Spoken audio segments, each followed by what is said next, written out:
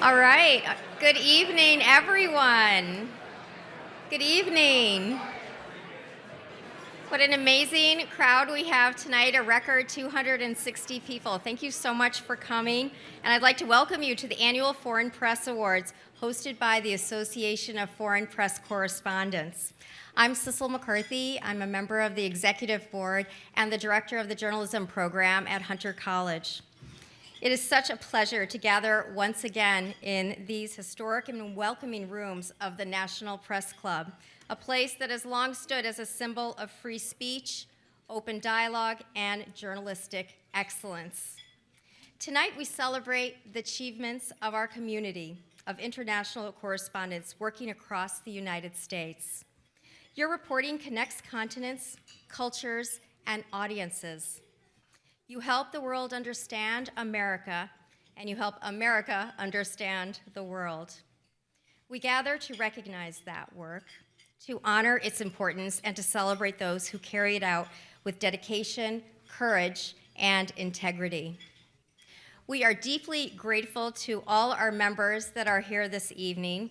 Your presence reflects the unity, resilience, and sense of purpose in our community.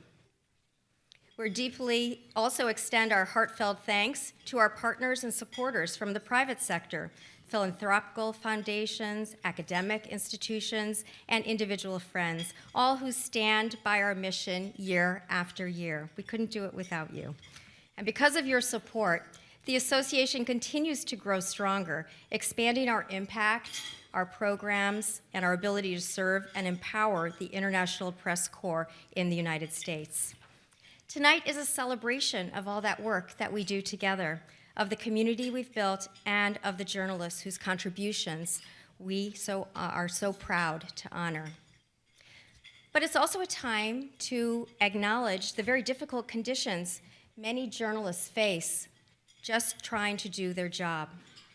I looked back at what was said at last year's event by our honorees and presenters, and it's sobering.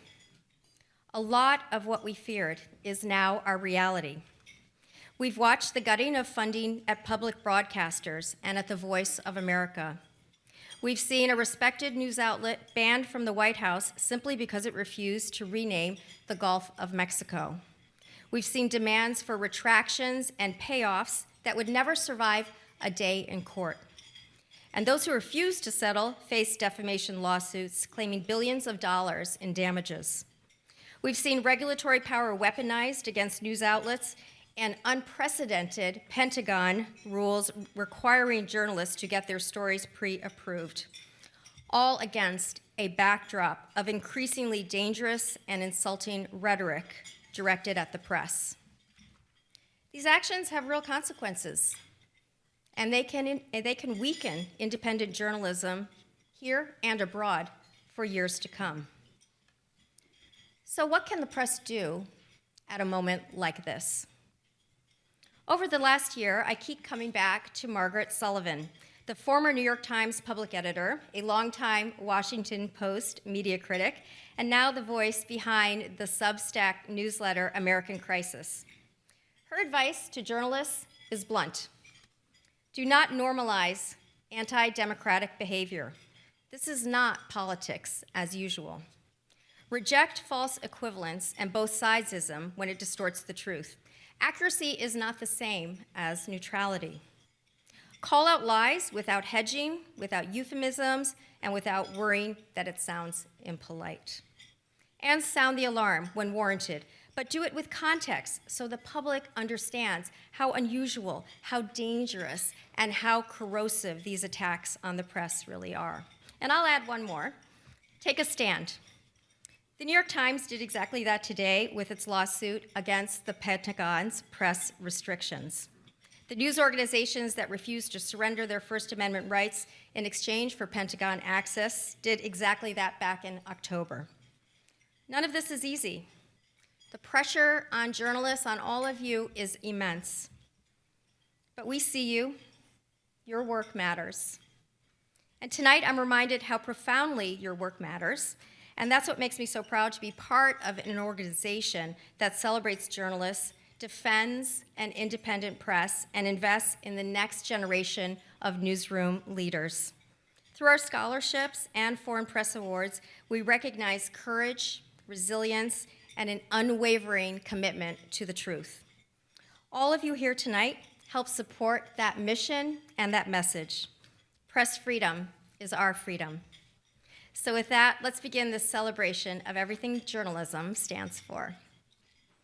And my first great pleasure of the evening is to introduce the chairwoman of the Association of Foreign Press Correspondents, Nancy Prager-Camel. Nancy.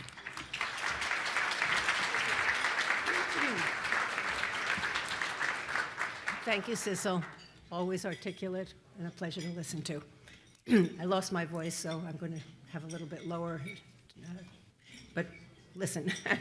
Good evening. On behalf of the Association of Foreign Press Correspondents in the USA, it's my great pleasure to welcome you to the 2025 Foreign Press Awards here at the historical National Press Club in Washington, D.C. Tonight we come together to celebrate a community that spans continents, cultures, and perspectives. The international journalists who cover the United States for the world and the American journalists who help explain the world to the United States.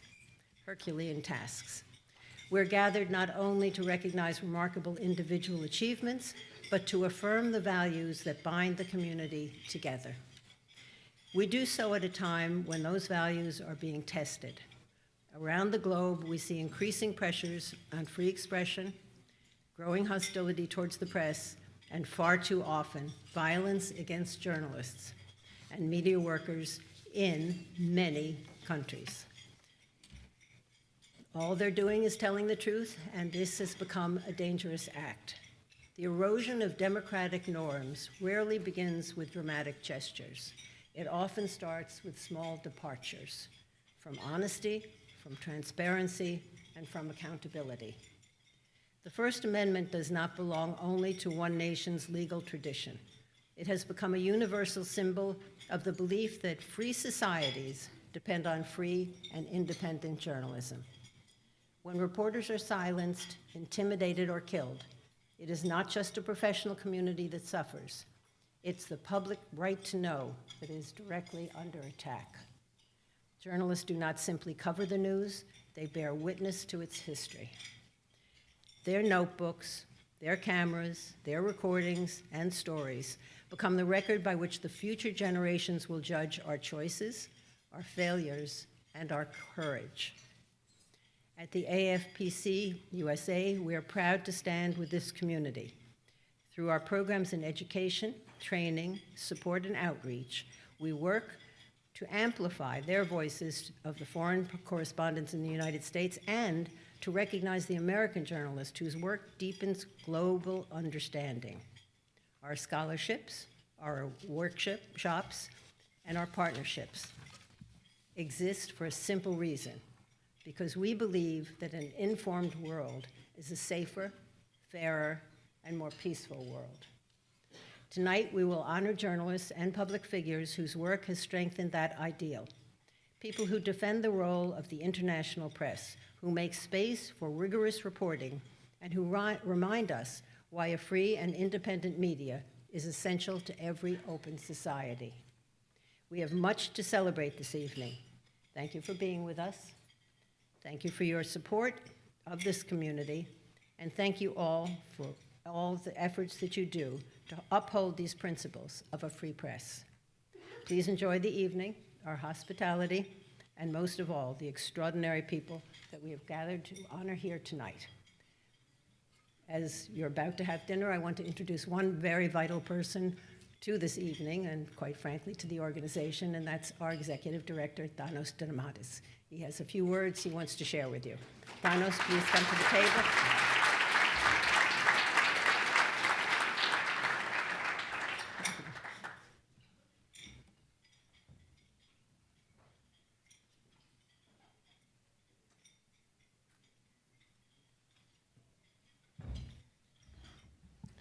Hello, everyone. Thank you very much for being here with us tonight. I would like to say a few words that I think that you share, some thoughts that you all share with me. I would say that we all know that we live through very challenging and dark times. journalism itself, our profession, is questioned in its legitimacy. Those in power across the world and in many countries often see journalists as a threat to their status quo. A vast part of our society is sinking into a black hole of misinformation, disinformation. Too many people tend to believe whatever they read, regardless of who writes it. Too often, they don't get the chance or the tools to pause and ask, why is this written, by whom, and by what purpose? Journalists often stood firmly as gatekeepers of truth, holding the powerful accountable, ensuring verified information reached readers, listeners, and viewers. And we have long been a vehicle for preserving democratic values. But today, words themselves can feel like they are lost meaning. Truth, accountability, democracy. These words are constantly distorted, mixed with artificial realities.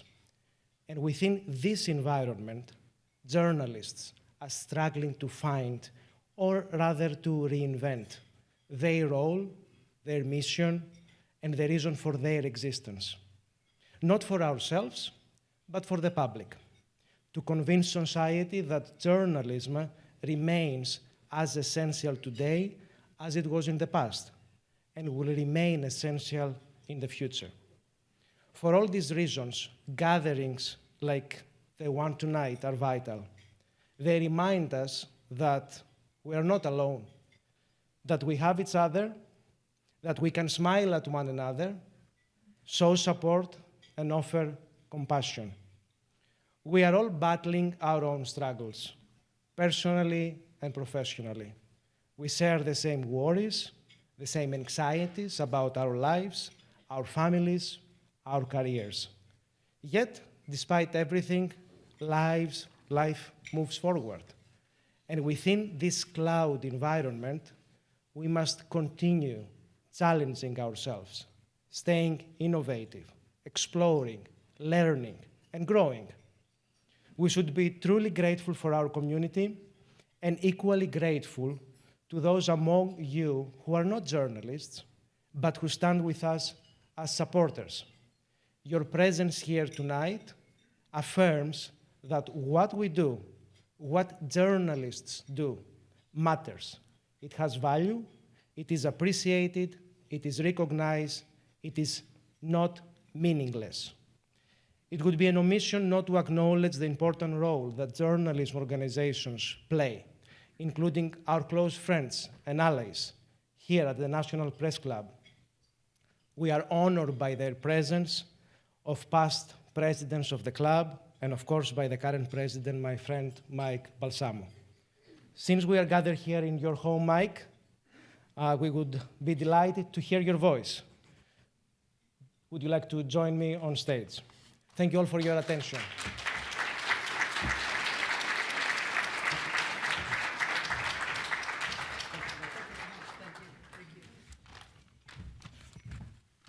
Good evening, everyone. It's an honor to welcome the Association of Foreign Press Correspondents in the U.S. to the National Press Club, a place built on a simple conviction that when journalists are free to seek the truth, the world is freer true. As president of this institution, I want to begin with something essential. Your work matters. It matters because it deepens global understanding. It holds power accountable. And especially now, it is being tested. We see journalists around the world jailed, surveilled, intimidated, and expelled simply for reporting facts. We see disinformation weaponized and laws rewritten to silence inquiry. And in moments like these, we must remember a free press is not the enemy of power, it is the antidote to its abuse. Yet foreign correspondents continue, you continue, because courage in journalism is not the absence of fear. It is this decision that the public's right to know outweighs it. Tonight's honorees embody that courage. Many of your bylines are ones we know well, reporters whose work has brought clarity to conflict, diplomacy, human rights, corruption, and the shifting forces that shape our world. And tonight underscores a truth that we sometimes forget. Before history is written in the books, it is reported by journalists. Your reporting ensures that history is recorded honestly and in full. To the association, thank you for championing this work and strengthening this community. And to the honorees, congratulations. Your journalism strengthens every democracy, including our own. On behalf of the National Press Club, welcome. We are truly honored to host you tonight.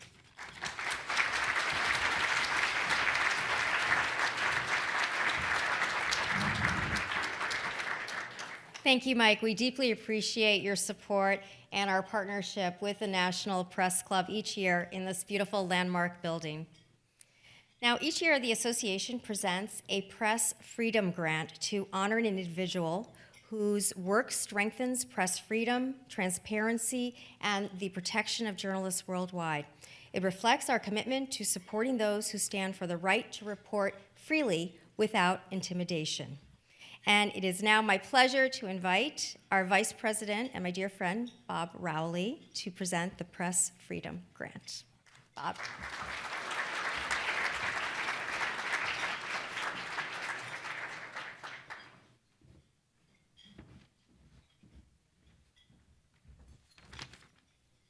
Thank you, Sissel. Good evening, ladies and gentlemen, friends and colleagues. It's amazing how big a group it is this year. I think it's the biggest ever we've had, so we're thrilled to see you all. I've covered a few wars, and so I'm really honored to present our 2025 Press Freedom Grant, which goes this year to Al Jazeera Network. Tonight, we reaffirm our commitment to the bedrock principle of press freedom, an essential pillar for open societies everywhere. The Press Freedom Grant stands as our pledge to support courageous journalism and those who risk their lives to bring us the truth. In honoring Al Jazeera, we recognize not only their steadfast commitment to reporting, but also the profound sacrifices made by their journalists, notably in Gaza, where 10 of their media staff have been killed by Israel since October 7th, 2023. It's one of the deadliest times for journalists in decades there and in other places, and the empty table before us tonight, Table 11, you may have all seen it coming in. If not, take a look at it. It stands as a solemn tribute to Al Jazeera's journalists killed, and it also symbolizes their absence, their bravery, their voices, and the stories that will now remain untold. It reminds us of the very real cost of delivering the news in times of conflict, not just in Gaza, but around the world. And we would like to invite everyone to please stand and join me in a moment of silence. Let us honor the memory of the journalists from Al Jazeera and journalists worldwide who have lost their lives in the pursuit of truth. Stand as you're as able.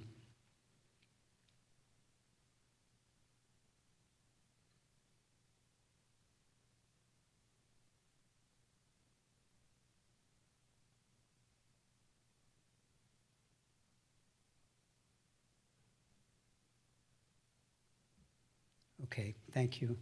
You can be seated.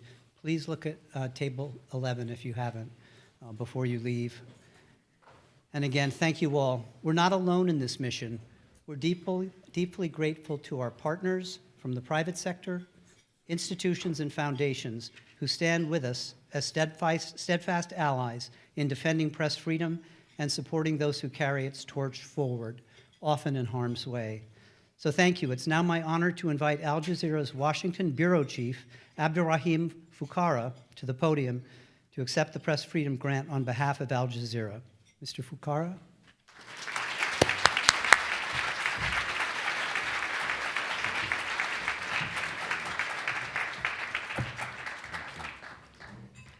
Thanks, Bob. Thank you to the Association of Foreign Press Correspondents in the United States. This is a reminder of the horrific slaughterhouse that has befallen what the UN has estimated at over 260 media professionals. Think about it. That's 520 eyes, at least, that could have enlightened us as to what was going on in Gaza since October 7th.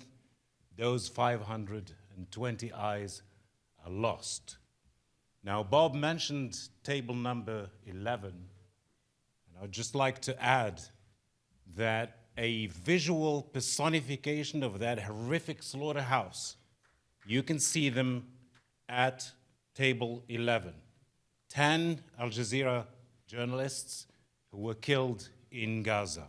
Now, I know two things about them very quickly.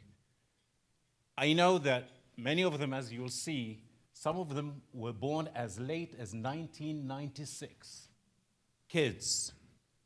And two, I know that they committed to the obligation of shedding light on the horrific slaughterhouse that has gone on in Gaza since October 7th.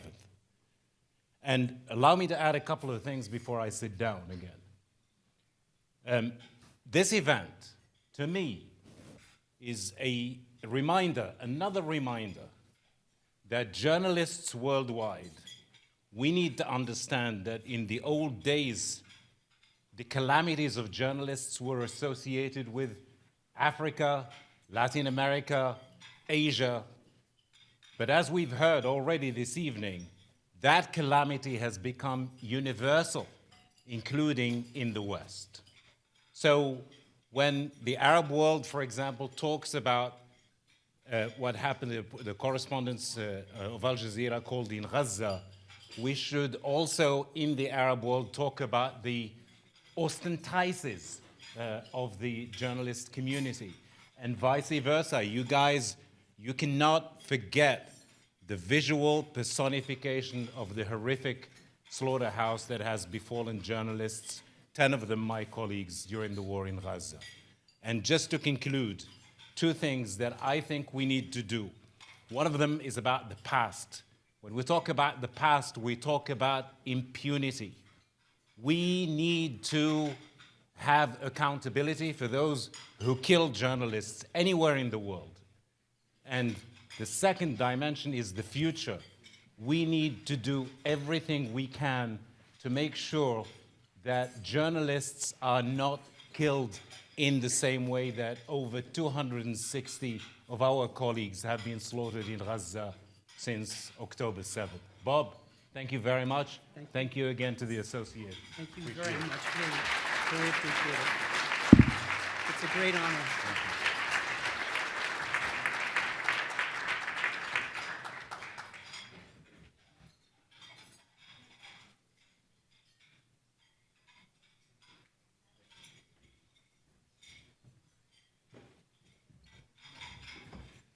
Thank you, Bob, and congratulations, Abderrahim.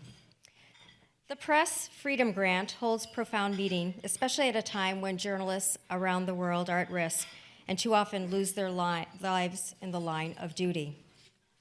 Their work is an inspiration to our new generation of journalists, and it's time to celebrate them and introduce you to our scholarship awardees. This is one of my favorite parts of the evening. These young professionals represent the future of international reporting, and we're proud to support their growth and ambitions. We're also very grateful to Microsoft for its continued partnership and commitment to empowering journalists and newsrooms around the world through innovation, technology, and support for press freedom initiatives. Its engagement strengthens the next generation of storytellers that we honor tonight. So it's my pleasure to welcome Microsoft's Chief Communications Officer, Frank Shaw, to present the Scholarship Awards. Frank?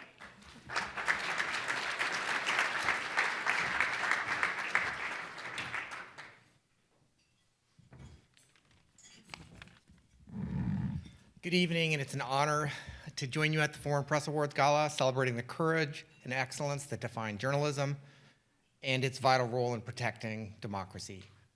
My very first job was what I think about as journalism adjacent. I was a paper boy. I delivered the San Francisco Chronicle to the 52 subscribers who took the paper every day in Saratoga, California, and the 61 people who took it on Sunday.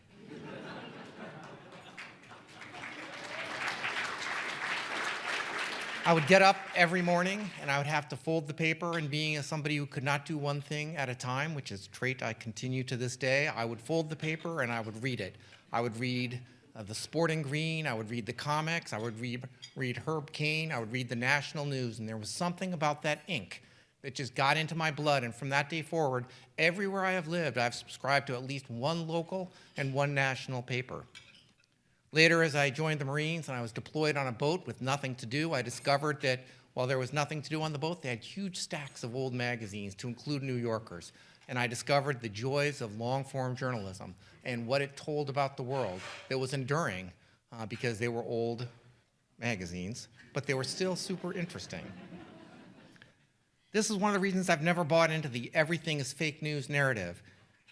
Journalism matters. It matters especially now because it tells stories that help people understand, connect, and see the bigger picture. And at Microsoft, we share those values. Our partnership with the Association of Foreign Press Correspondents in the USA is grounded in truth, transparency, and the belief that free press is the foundation for a free world. From scholarships for emerging correspondents to workshops blending technology and storytelling, these programs invest in the future of journalism.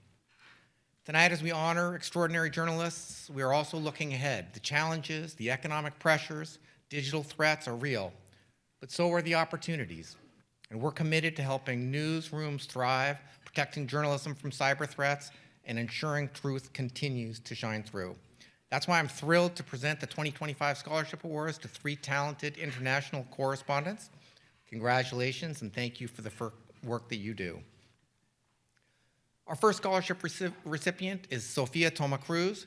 Sofia is a journalist from the Philippines, currently completing a Master of International Affairs at Columbia University School of International and Public Affairs, with a double concentration in international security policy and human rights and humanitarian policy. She was previously a multimedia reporter at Rappler, the Philippines' leading online news platform, specializing in health, diplomatic, and defense coverage.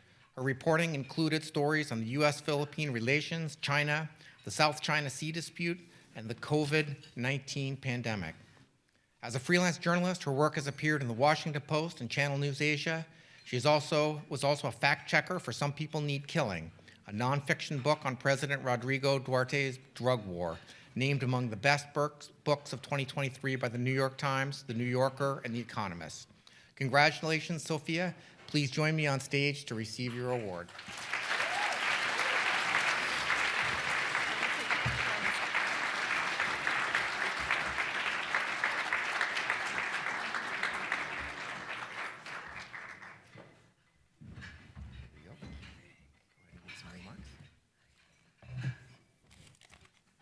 Good evening, everyone. Thank you to the Association of Foreign Press Correspondents in the U.S. for this distinguished honor, to Frank Shaw at Microsoft, of course, and all partners and supporters of the association who were present for their support of the international correspondent community and the future generation of journalists. It's a true honor to be in such distinguished company. The recognition of the association both motivates me and deepens my commitment to building a career as an independent international correspondent. And the support that this scholarship provides me is crucial to helping me build new skills, both in data and in open source investigations, and to helping me complete my studies in security and human rights at Columbia. And I hope to continue telling stories as soon as I graduate in May. Thank you very much.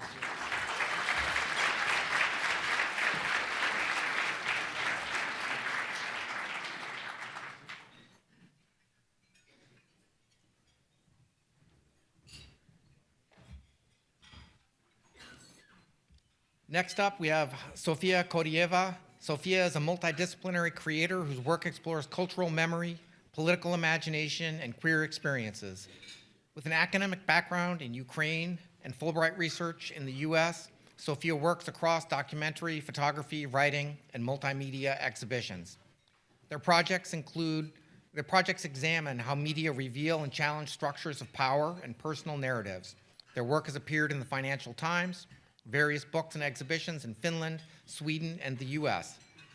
Sophia is currently pursuing graduate studies in photojournalism, focusing on the ideological role of visual culture. They have also collaborated on a photo book of young Ukrainian photographers and created exhibitions reflecting themes of war and resilience, merging journalistic rigor with artistic exploration. Congratulations, Sophia. Please join me on stage to receive your award.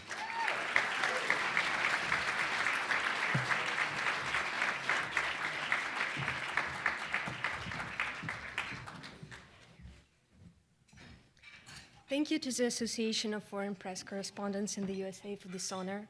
I'm deeply grateful for this recognition. Thank you to Frank Shaw and Microsoft for making this scholarship possible. And thank you to all partners and colleagues here tonight. Your commitment strengthens our global correspondent community. The scholarship helps me continue my work in visual journalism and media research.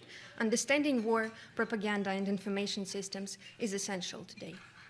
Your support helps me build stronger media literacy and contribute to more nuanced global coverage. Coming from Ukraine, I've seen how images of war influence the way the world understands events. This support allows me to continue documenting visual narratives and studying democratic resilience. Thank you again for believing in this work and for this recognition.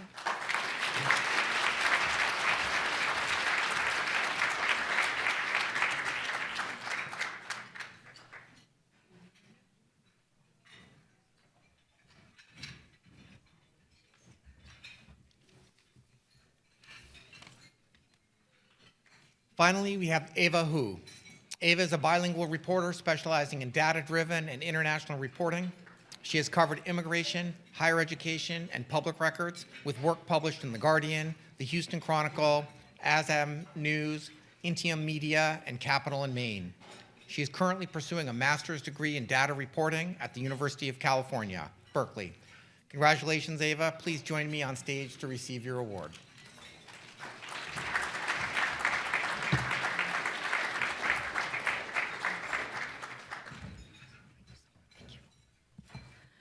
Good evening, everyone.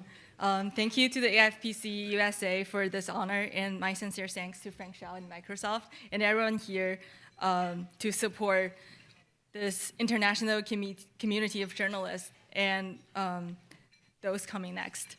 This honor affirms the commitment I have long held, and that the stories I've covered, those conversations I have in the Chinatown, online misinformation, moving across borders, international students and workers affected by the policy changes, they are real and they matter. As a bilingual reporter, I see so many stories and gaps unfolding every day, and I will keep telling the stories that need to be told. And this award is just the easiest way I've ever explained what I'm doing to my parents. So thank you again for this honor and for believing in the future of journalism.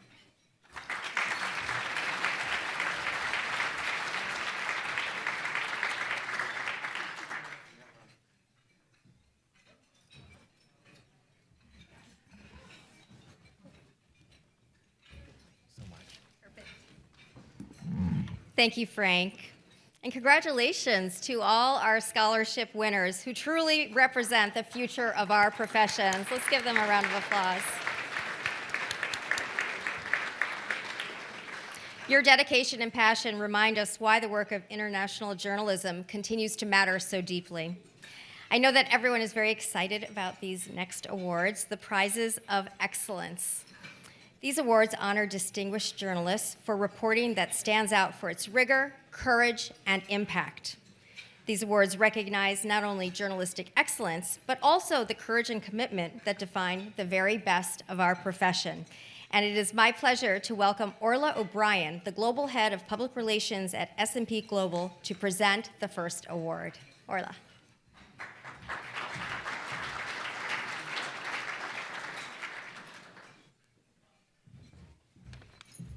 Hi, good evening. I'm Orla O'Brien, Global Head of Public Relations at S&P Global, and I'm just so honored to join all of you here tonight at the National Press Club and support press freedom and the critical work that you're all doing. At S&P Global, we're advancing essential intelligence through the world's leading benchmarks, data, and workflow tools. Exciting stuff. We've been doing this for 160 years, but as we look around the world today and learn from the stories that you are all reporting on, it's clear that the pace of disruption is only accelerating. So whether you're examining technological change, market volatility, geopolitics, supply chain, rising costs, we believe it's critically important to have the right data and the right insights to tackle those pressing questions. So both S&P Global and the Financial Times share that commitment to analytical rigor, global perspective, and strengthening transparency in the world's markets. So it's really my pleasure to honor Brooke Masters, U.S. Managing Editor of the FT, for her significant contributions to global financial journalism and her exemplary leadership within one of the world's most respected news organizations. And if you don't read Brooke's work, my personal favorite lately has been a column she wrote on the stratification of the U.S. consumer, which may not sound like the first thing on your reading list in the morning, but it stuck with me. So she has a way about her in her writing. In her role overseeing the FT's U.S. and America's coverage, Brooke guides reporting on economic, regulatory, corporate, and political developments that influence both American and international markets. Her stewardship has ensured that the FT journalism remains authoritative, timely, and analytically rigorous during a period of rapid economic shifts, geopolitical uncertainty, and institutional change. Brooke's previous work as U.S. financial editor, directing coverage of major financial institutions, banking, corporate governance, and regulatory trends, further reflects her deep expertise in subjects that demand both precision and intellectual discipline. Through her editorials and her columns, she has provided thoughtful interpretation of policy, market behavior, and systemic risk, helping global audiences navigate an increasingly complex financial landscape. Brooke's career, which spans nearly 4 decades, exemplifies a long-standing commitment to journalistic excellence and has informed global economic discourse. She is tonight's first Prize of Excellence honoree, so please join me in giving Brooke Masters a warm welcome to the stage.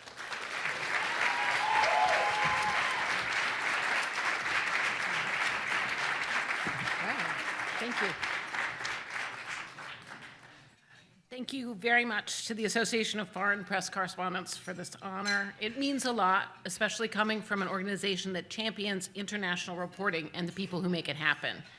I'd like to particularly thank you for recognizing the importance of global financial reporting.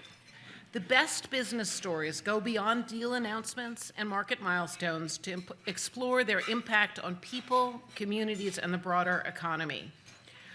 During my career, I've been lucky enough to see finance at its best and worst, from the rise of ETFs and private capital to the dot-com bust, the 2008 financial crisis, and a series of blockbuster white-collar crime cases. No one will ever forget Martha Stewart, for example. More recently, my column has given me the chance to ask hard questions and critique the powerful companies and business leaders who shape our world. It's enormous fun, but also a tremendous responsibility. We're in a moment when uncertainty is the norm. A single post can jolt global markets. Closed-door decisions move trillions of dollars, and the fallout often lands on the people with the least power. That's why telling these stories clearly, responsibly, and with real context matters so much.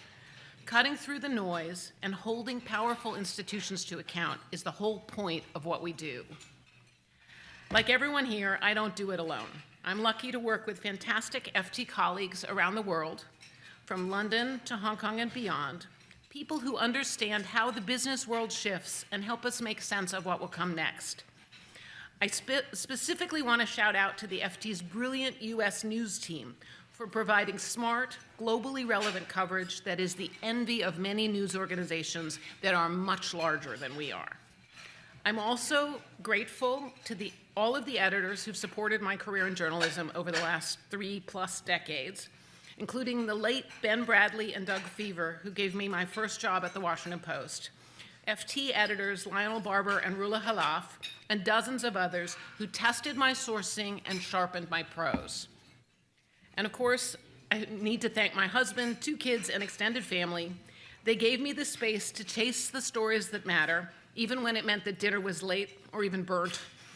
or when I was texting at the swim meet and writing a scoop at the skating rink. Finally, a quick note about the moment we're in. AI can spit out an earnings summary faster than any of us, but it cannot replace the instincts and human moments that drive real reporting. Catching the odd line in an earnings call, or winning the trust of a source who can reveal something that hasn't been written down. In a world swamped with predictive text, good reporters find and highlight the unpredictable. Thanks again to the Association of Foreign Correspondents in the US for this honor, and to my fellow reporters and editors, keep at it. Informing the public, especially now, is a responsibility we must not shirk.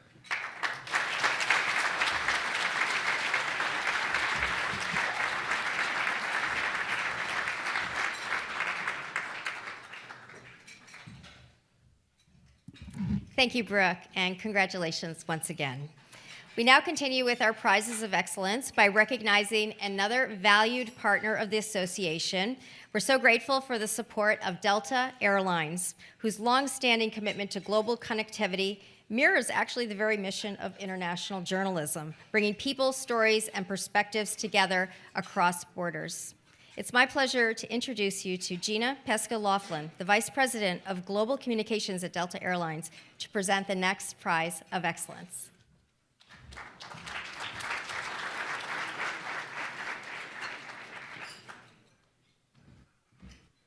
Thank you so much, Sissel, and good evening, everyone. It's a pleasure to be with all of you on behalf of Delta Airlines and the more than 100,000 employees that we have worldwide. It is an honor to support the Association of Foreign Press Correspondents and the work that you do, which is so crucial to our society. Today, more than ever, the world needs journalists like you to ensure the free flow of information around the world, to hold institutions accountable, to give voice to those who may otherwise go unheard, to educate the public fairly and accurately so that we all may make the most important decisions facing society today. Thank you for showing up every day with purpose and with commitment to your field. And as we celebrate you tonight, Delta Airlines is also celebrating a very important milestone this year, our centennial. As the first airline in the US to turn 100 years old, we've been doing a lot of reflecting on our mission and our purpose, which is to bring the world much closer together. And not just by connecting people from point A to point B, but by fostering human connections that the world needs now more than ever. That face-to-face connection fosters empathy and understanding and collaboration. And we believe that the next 100 years of air travel will be the catalyst to bring the world closer together, to make the world not just smaller, but also a much better place. More than 80% of the world has never stepped foot on an airplane. Think about that. 4 in 5 have never traveled. That's not just an opportunity for us, that is a global responsibility and one that we look forward to providing, to ensuring more equitable access and to enabling connections worldwide. As we set our sights on that future, and we hope you will also join us in making sure that we're making the world smaller and better, that we're fostering those connections through not just air travel, but truth and transparency and the free flow of information. So I'll end where I started, which is, again, thank you so much for the work that you do and pursuing your work with such purpose and such commitment. And now our next prize of excellence goes to someone extremely deserving, James Longman, who's the Chief International Correspondent with ABC News, receiving a prize of excellence in recognition of extraordinary breadth in international reporting, commitment to field work, and ability to bring audiences inside major global events. His work spans more than 60 countries across all continents, reflecting deep dedication to documenting conflict, crisis, political upheaval, and cultural transformation. As one of the network's leading international field reporters, James consistently delivers human-centered journalism from challenging environments. Whether covering war zones, humanitarian emergencies, or environmental disasters, he highlights the lived experiences of individuals affected by global events.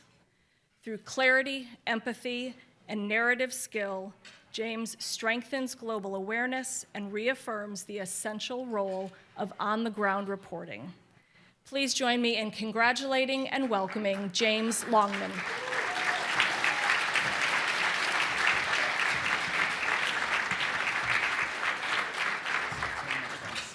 Thank you. Wow, what an intro. The truth is, I'm just a British guy on American television, and I think you think that this accent makes us sound like we know what we're talking about, which is not true.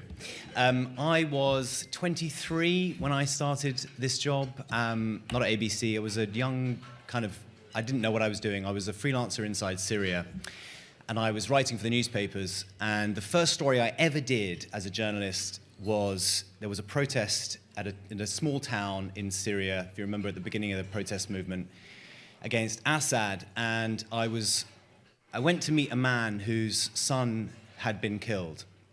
This man had been at the protest, and a bullet, the security forces had opened fire, and a bullet had entered his back, had gone through him and into the head of his son, who was in his arms. And his head exploded, this young boy died. I was 23, and I was sitting in this man's living room, listening to this man tell me this story, just feeling completely incapable of understanding what he was going through.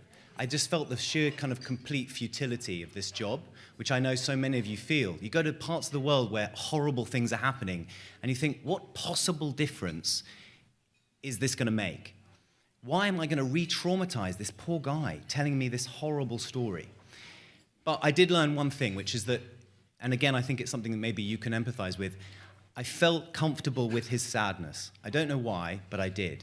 But more importantly, I understood the challenge was to make people at home care like I cared. Fast forward 15 years, this time last year, almost exactly this time last year, I was back in Syria. Syria was closed to me for years. We couldn't go back because it had been blacklisted. I found myself in the morgue with another father who was identifying his son who had been killed by Assad. He missed out on the revolution by just a few weeks. And I just stood in this morgue with this father holding his hand as he cried over his son's body. And again, I was overcome with that feeling of futility. Why am I doing this to this man? I have a camera in this poor guy's face.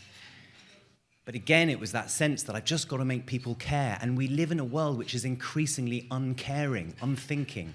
And surely now, and we had it mentioned just a few moments ago, in this world of AI and technology where we're not sure what's real, human emotion is real, and we can tap into that. And I'm so grateful to be honored tonight amongst so many people whose work I really respect, who are doing that, making people care about the rest of the world, because our experience is just completely global. We all go through the same trials and tribulations wherever we are in the world. Anyway, thank you very much. Thank you to ABC for all the extraordinary opportunities I've had. And thanks, everybody.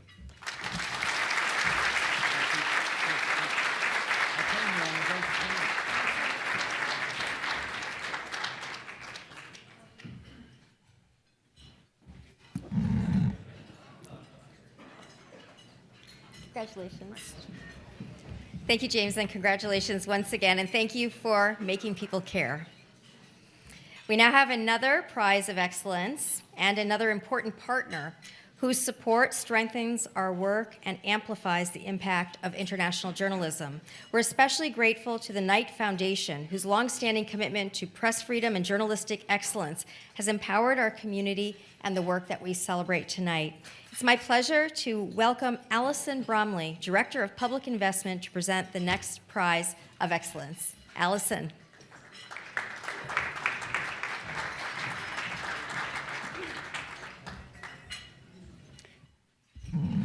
Thank you, Sissel.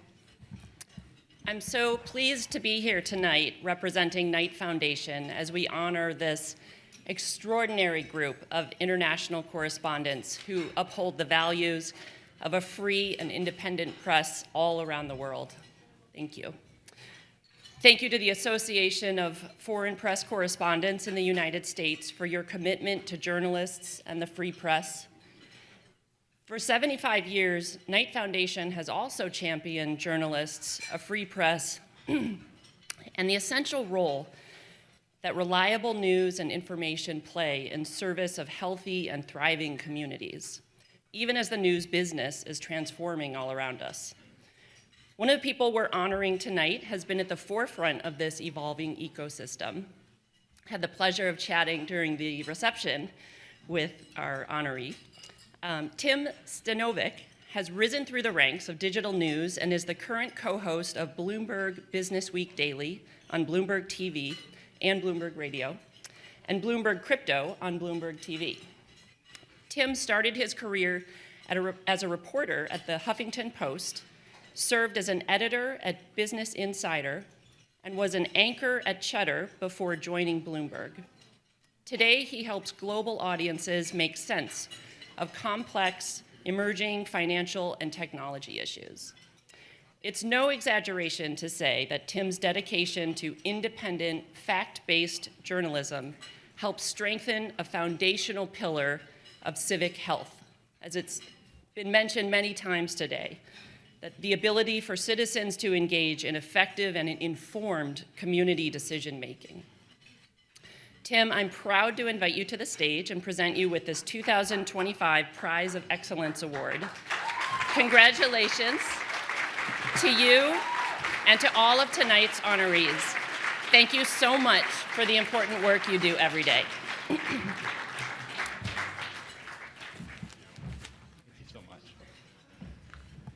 Hello, everyone. Thank you all very much, and thank you, Allison, and thank you, Thanos, and the board of AFPC-USA for this honor. Thank you for all the work that you do to support international journalists and press freedom, work that is so important right now. Congratulations to all of tonight's scholarship recipients and to my fellow honorees. It's humbling to be recognized alongside you all, alongside reporters whose work I've admired for so many years. I also want to recognize Andrea. She's allowed us to witness history with her, and she's inspired countless journalists along the way. So congratulations, Andrea.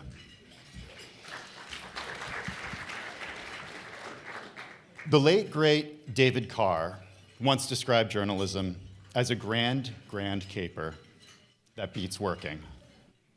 And that's exactly how I feel about what I get to do each day. It doesn't feel like a job, which is exactly what I wanted in a career. I'm a really lucky guy in that way. Each day, I bring our audience the latest in business, economics, politics, technology. But the stories we cover reverberate far beyond markets, far beyond Wall Street. The data centers that may be ushering a new industrial revolution, but are sending power bills soaring for Americans. The retired steel mill worker whose pension was handed off to a private equity giant. This guy's in his mid-70s, and now he's worried that his pension could be at risk.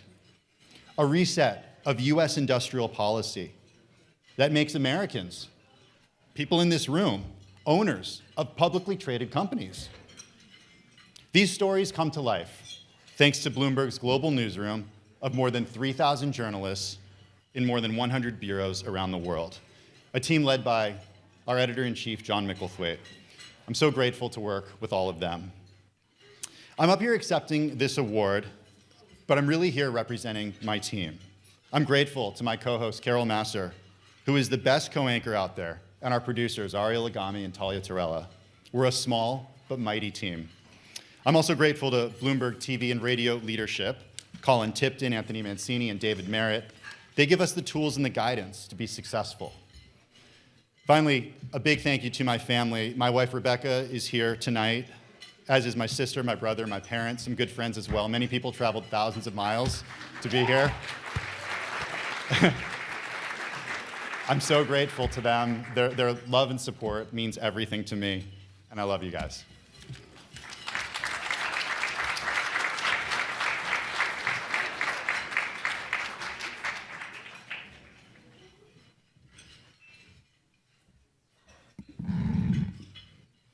Thank you, Tim, and congratulations once again. And may your grand caper get even better.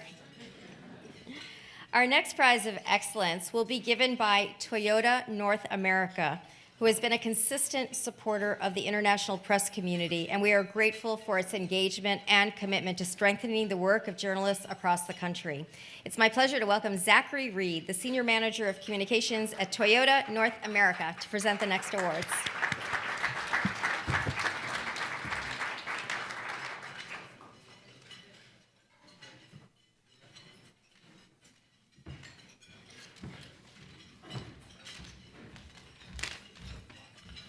Right, good evening.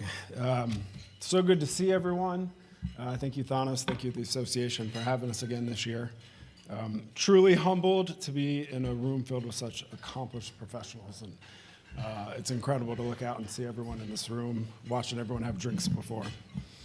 As communication experts, we're dedicated to working alongside those who uphold journalistic integrity, maintain balance, and ensure the truth is neither forgotten nor ignored. Specifically at Toyota, our role in our amazing corporate communications office is to share company stories responsibly while recognizing our duty to inform, engage, and inspire our stakeholders. Over the past 11 months, it's been especially important to support and reassure the talented journalists that we get to work with on a daily basis that we are committed to them and their profession. That is why we continue to proudly partner with the Association of Foreign Press Correspondents in the U.S. And our commitment to the association reflects Toyota's two core values: respect for people and continuous improvement. I'm really excited tonight to present two Prize of Excellence awards. The first one that I'm presenting is to Jim Sciutto with CNN. Jim,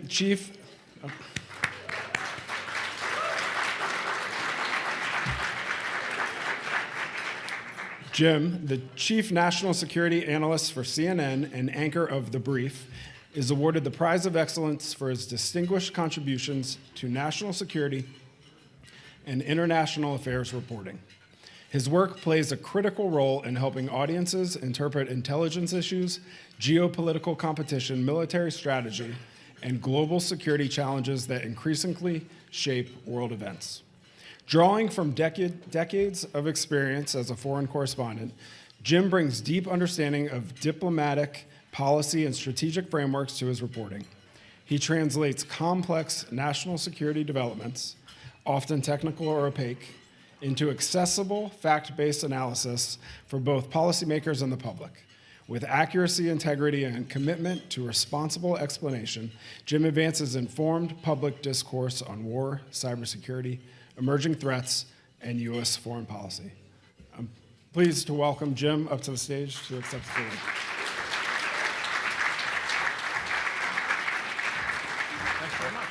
Appreciate it. Congratulations. Thank you. This is fantastic. Do they have to say decades when they're introducing you? Can we settle on years or months? Let me say, with all honesty, I feel unduly singled out for this award, though I'm grateful because I'm surrounded by people here tonight who do what I try to do every day, which is report the news with hard work, without fear or favor, and with a mission of holding the powerful, both inside this country and outside this country, to account. That's our mission, and I feel part of a team here tonight. I also feel in awe of the sacrifice that some of our colleagues have, through no choice of their own, been forced to make to do the simple job of covering the news. And the table over here is a testament to that. In awe of and in debt to, because I know in the past 2 years, just for instance, of covering the war in Gaza, that we would not know the facts of what happened on the ground there but for the brave work of our colleagues there who brought us those images and those stories. So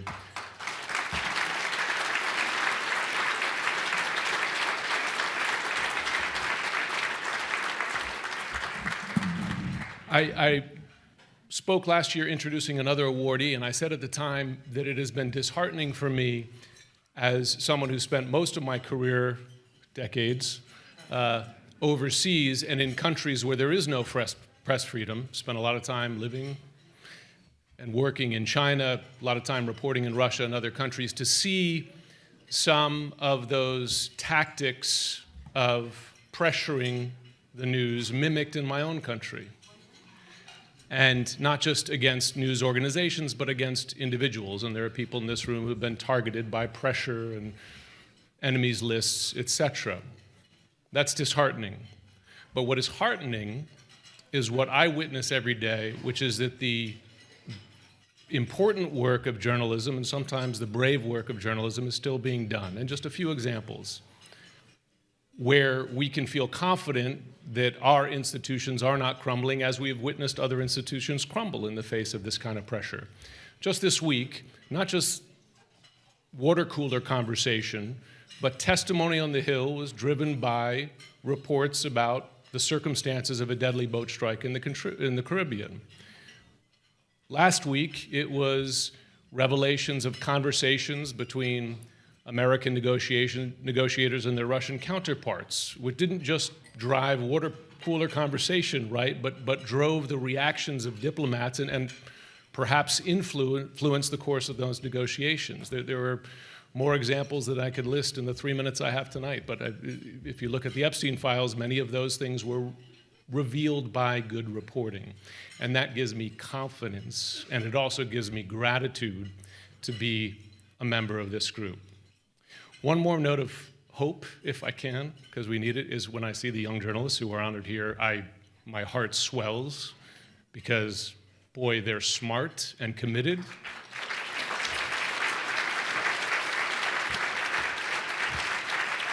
And 1,000 miles ahead of where I was at their age, to be clear. And if I could just express particular gratitude to my wife, Gloria, and one more note of hope. If our oldest child, our 17-year-old, can, for some reason, express an interest in journalism today, somewhat terrifyingly, knowing the reality, but also with a great dose of pride, we know that there are many behind us who will do quite the same thing. So I'm grateful to you, I'm grateful to them, and thanks so much for this honor.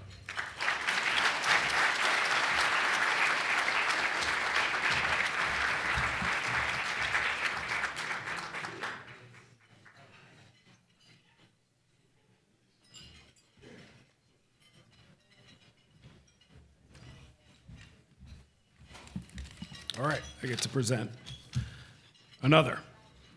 Our next Prize of Excellence Award goes to Weijia Jiang with CBS News.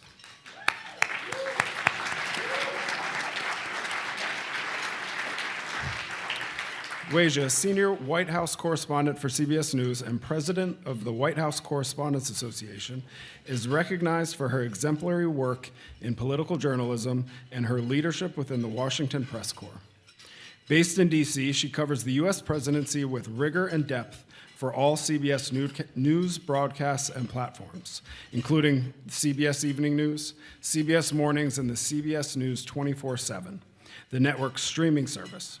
Jiang has covered the White House beat since 2018, reporting across multiple administrations and delivering authoritative coverage of policy, governance, and political communication to national and global audiences. As the first woman of color to serve as WHCA president, Jiang is committed to protection of press freedom, transparency, and the institutional integrity of the White House Press Corps. She has been a strong advocate for maintaining open access between journalists and the executive branch and defending the rights of reporters during moments of heightened tension. Through her reporting and her leadership, Weijia Jiang advances public understanding and reinforces the essential role of a free and independent press in safeguarding our democratic institutions. Please congratulate Weijia Jiang.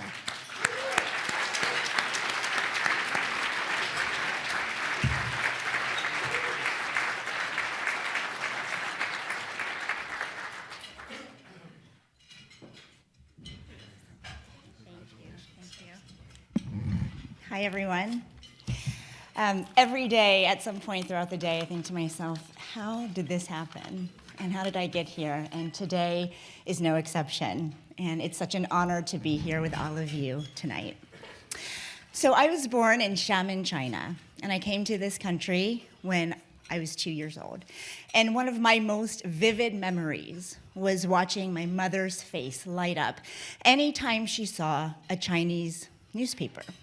Now, we lived in rural West Virginia, population 5,500 in my small town. So to be clear, that wasn't very often. But when we would take road trips to Asian grocery stores hours away, we always came home with a copy of every publication that was there. And I would watch my mother pore over each paper, each article, and each character. And I never really understood why until years later. Because those newspapers provided so much more than information. They were a bridge to the home that she left behind. And she gave her a deeper understanding of the new home that she was building in America. They made the distance between these two places feel just a little bit smaller. Foreign journalists are the essential builders of those bridges around the world. And of course, that includes our American colleagues who work overseas, who sacrifice a great deal to keep us informed. Thank you for all that you do. And thank you to the Association of Foreign Press Correspondents in the US for this remarkable honor. I am so humbled to be included among so many extraordinary journalists who show unwavering commitment to reporting, even during challenging times. And as the president of the White House Correspondents Association, I know how difficult these times can be. And I also know this: you can restrict our access, but you cannot dampen what drives us, a responsibility to the public. As we've already mentioned, just today, the New York Times filed a lawsuit challenging unprecedented press restrictions at the Pentagon. We stand in solidarity with the Times.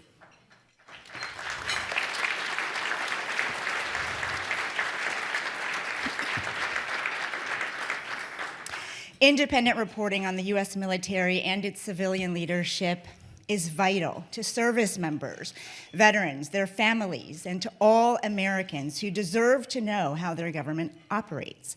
Yet even under the new limitations at the DoD, as Jim just mentioned, just this week, the Washington Post broke a major story about a US military strike on a boat in the Caribbean and how it was done.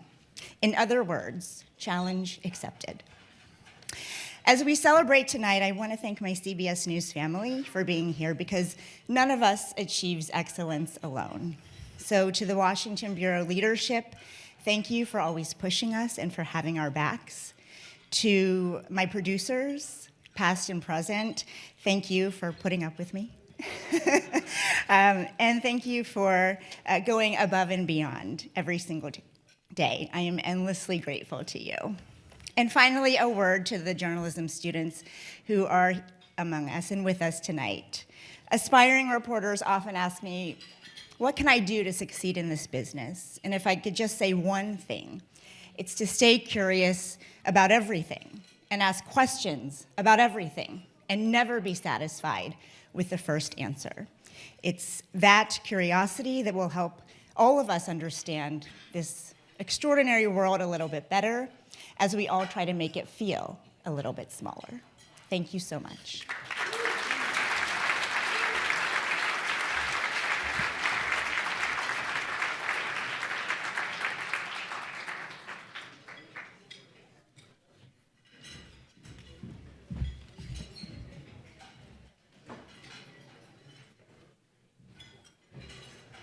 Thank you, Zach, and congratulations to Jim and Weijia. We're proud to be a long-standing partner with General Motors, a collaboration built through years of educational programs and initiatives that support the international press community and strengthen our shared mission. It's now my pleasure to introduce you to George Svigos, Executive Director of Communications for Global Markets, to present the next award.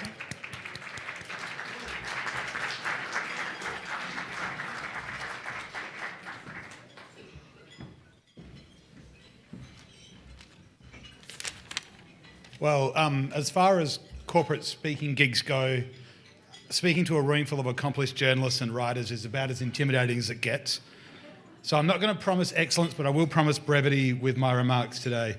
I have the pleasure tonight of presenting 2 Excellence Awards to foreign correspondents. It was work like the work they do that got me first hooked on journalism as a child. I remember being a young boy in Australia around 8, 9 years old, glued to the TV when 60 Minutes was on, watching these brave men and women report from war zones around the world and thinking, I would love to do that. And then turning to my overprotective Greek Australian parents and realising that would never happen. So it's good to actually present awards today to 2 people whose conversations with their parents went a lot better than mine did around their career choices. Before I get to that, a few words about GM. At GM, we believe that we represent the best of American ingenuity meeting industrial strength. We make vehicles our customers love with brands they know and trust. And we're advancing technology that makes driving smarter, safer, and more connected. We're a US icon that's leading the drive to ensure our American industry remains globally competitive. And we operate globally in a highly regulated industry. And in an increasingly multipolar world, the perspectives and expertise of the association and each of you in this room has never been more important to us than it is now. We value highly the role that an engaged and active media plays around the world. And I thank Nancy, Thanos, Cecil, Bob, and the rest of the association's board and the team for the incredible work they do to build and sustain a community of foreign correspondents and continue to reinforce the essential ingredients of great, informative, and world-class journalism. And just as an aside, we've been partners with the association for over 5 years, and it is so impressive to see what it has grown to in that 5 years. So congratulations to everyone at the AFPC.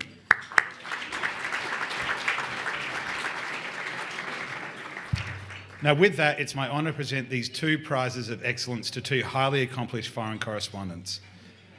Let me start first with the first award, and it's my pleasure to honour Trey Yingst, who is the Chief Foreign Correspondent for Fox News.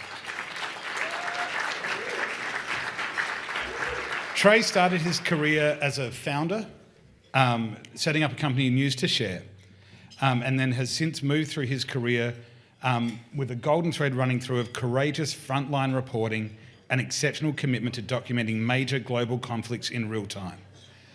Reading the article around that Trey has in the booklet here today, a couple of things really resonated with me as well, and that is around his commitment to and his advice to anyone coming into the industry to make sure that you're mentally and physically prepared for the work. What also came through is his incredible work ethic, and his commitment to operating across multiple platforms, which is obviously so critical today. Trey has covered conflicts in southern Israel through the Israel-Hamas war, in Kiev, and across these, he's been known for his immediacy, accuracy, and also bringing to life the human dimensions of these conflicts. And obviously reflected in his work is his unyielding commitment to document truth under threat and bring crises into public view. This work was recognised previously with the 2024 George Weidenfeld Prize. And it's my pleasure today to present a new award, the Excellence Award, the Prize for Excellence, to Trey. And can I ask Trey to come forward to accept the award and make some remarks?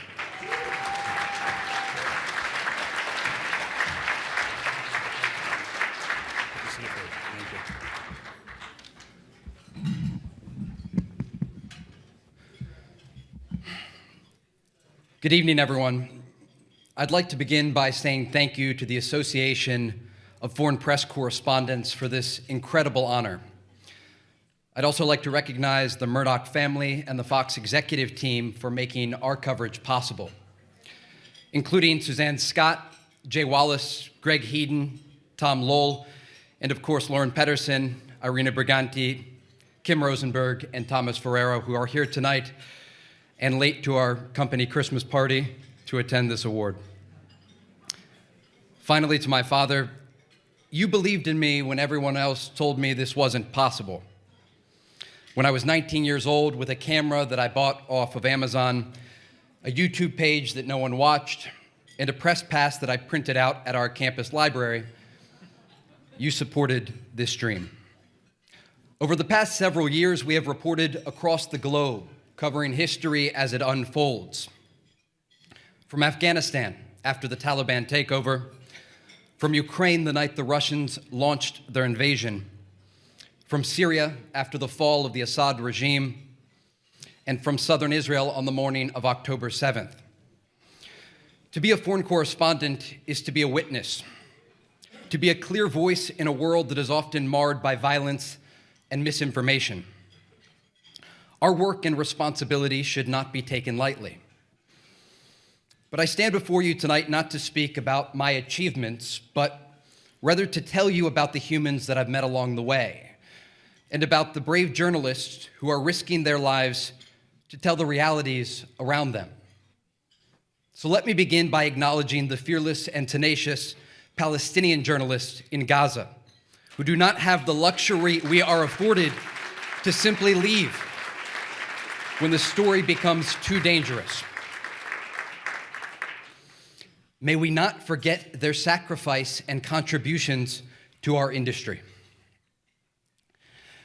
Let me also reiterate a position that is incredibly important right now, that international journalists must be given independent access to Gaza to report.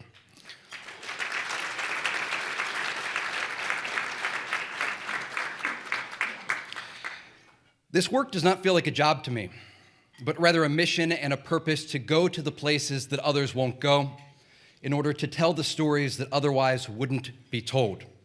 To places like Israel, speaking with the hostages who were released from Hamas captivity after surviving a brutal terrorist attack. To Syria, hearing from the mothers waiting for their children outside of the infamous Sednaya prison. And to the eastern front lines of Ukraine, interviewing President Zelensky. Our work will continue to focus on the experience of humans amid conflict. We must continue to speak loudly and fairly, even when it is unpopular to do so. We must hold governments and militaries accountable for their actions, and we must continue each and every day to be a voice for the voiceless. Thank you very much for this honor.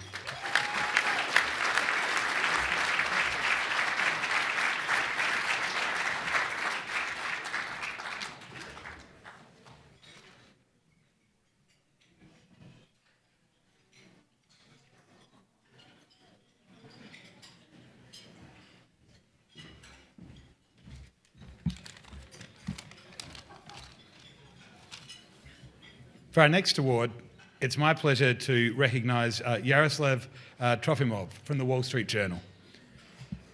Yaroslav is the chief foreign correspondent at Wall Street Journal.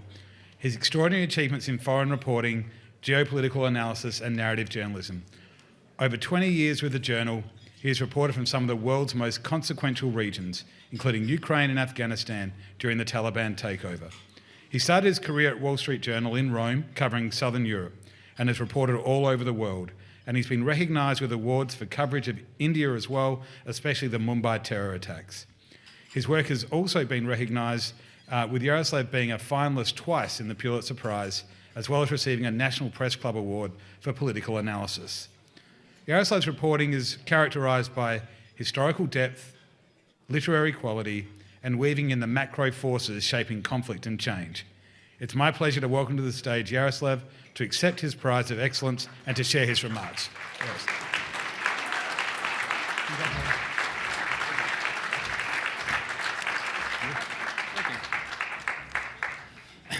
Well, it's an honor to be here, and thank you to the association for this award and for honoring my work. And I'd like to dispel a little bit of the gloom that seeped into our conversation today.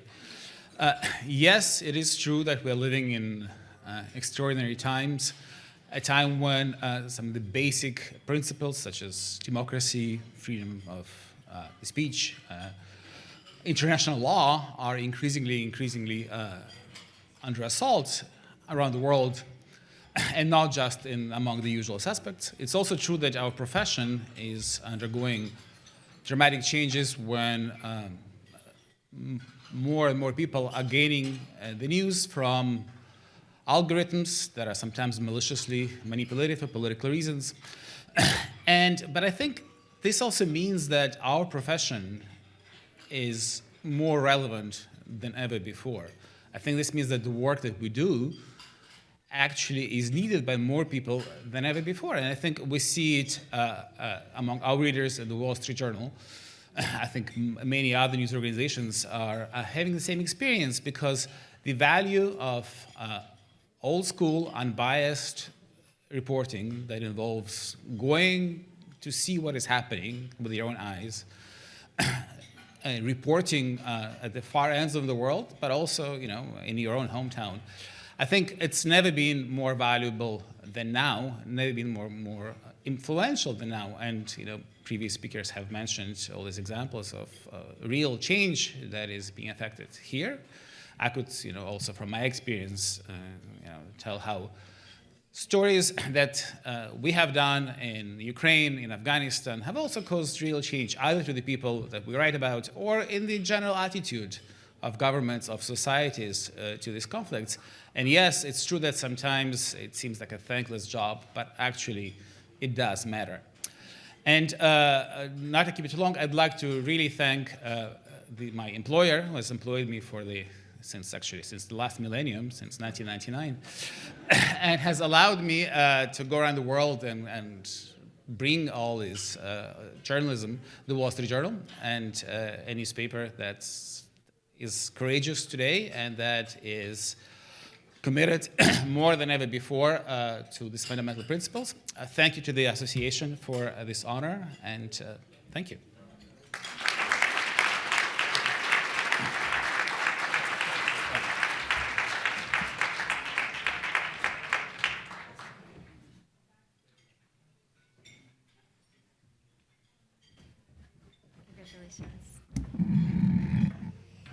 Congratulations to Trey and Yaroslav. Well, we were supposed to take a break now for dinner, but since you all are such fast eaters, we're just going to keep going. And it's now time for one of the highlights of the evening, the presentation of the Foreign Press Award for 2025. To present this year's Foreign Press Award, it's my pleasure to welcome a distinguished member of the Executive Board of the Association of Foreign Press Correspondents, Mitzi Perdue. Mitzi.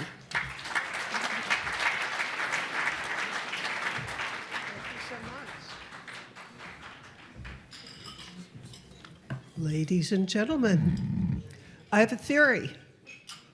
And my theory is that one of the greatest gifts that one person can give another is inspiration, because it's inspiration that gives you both direction and energy. And the person who is going to be winning our grand prize, our most prestigious prize, is, to my mind, a total exemplar of inspiration. We're honoring tonight a journalist who doesn't need an introduction. If you followed world events over the past half century, you know about Andrea Mitchell. She spent decades at the very center of global diplomacy and American politics. As NBC News chief foreign affairs and chief Washington correspondent, she's reported from capitals and conflict zones around the world, helping audiences not only understand what's happening, but why it matters. Since joining NBC in 1976, she's covered the White House, presidential campaigns, summit meetings, wars, peace talks, and revolutions.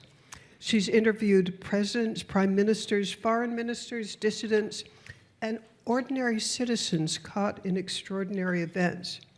And she does this with toughness, fairness, deep preparation, and a steadfast commitment to the public's right to know. For generations of viewers, Andrea has been a trusted guide through some of the most complex issues of our time, from nuclear negotiations and shifting alliances to humanitarian crises and democratic struggles. For generations of journalists, including many foreign press correspondents, She has been a model of what it means to hold power to account while never losing sight of the human story at the heart of the news. The Foreign Press Award is the highest honor of the Association of Foreign Press Correspondents in the USA. It's reserved for those rare individuals, journalists and public figures alike, whose work strengthens international understanding, defends press freedom, and helps preserve the vital role of international correspondence in our societies. Andrea Mitchell has done all of that and more over a lifetime of distinguished reporting and public service. Andrea, tell me where you are. Wave your hand. Good to see you. Yay. Okay, you can start. Come forward, because Andrea, on behalf of the Association of Foreign Press Correspondents in the USA, it is my super great honor to invite you to the stage to receive the 2025 Foreign Press Award. Please join me, everyone, in showing... Oh, there you are. No, I'm not. No.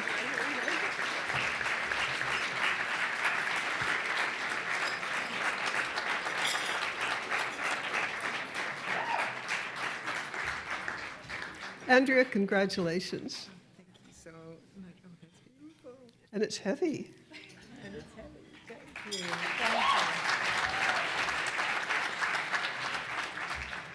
Thank you so much, Mitzi. It is such a pleasure and privilege, especially because of the other honorees.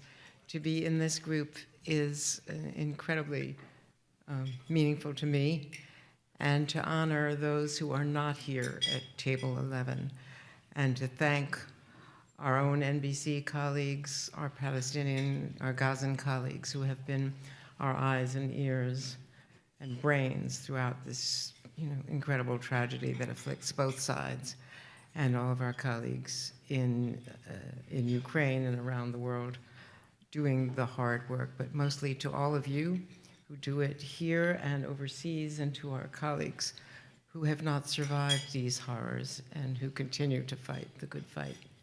Thank you all so very much.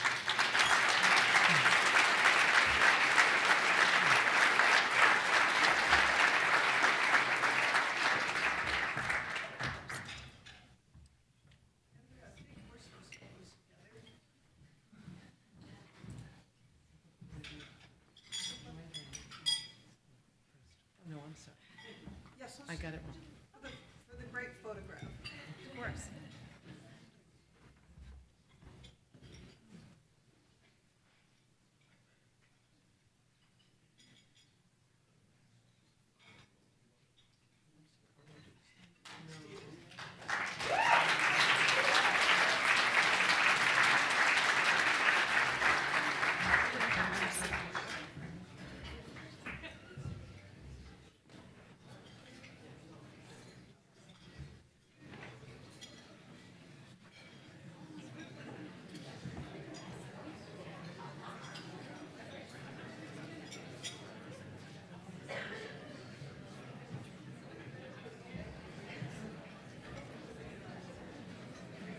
Thank you so much, Mitzi. Thank you, Andrea.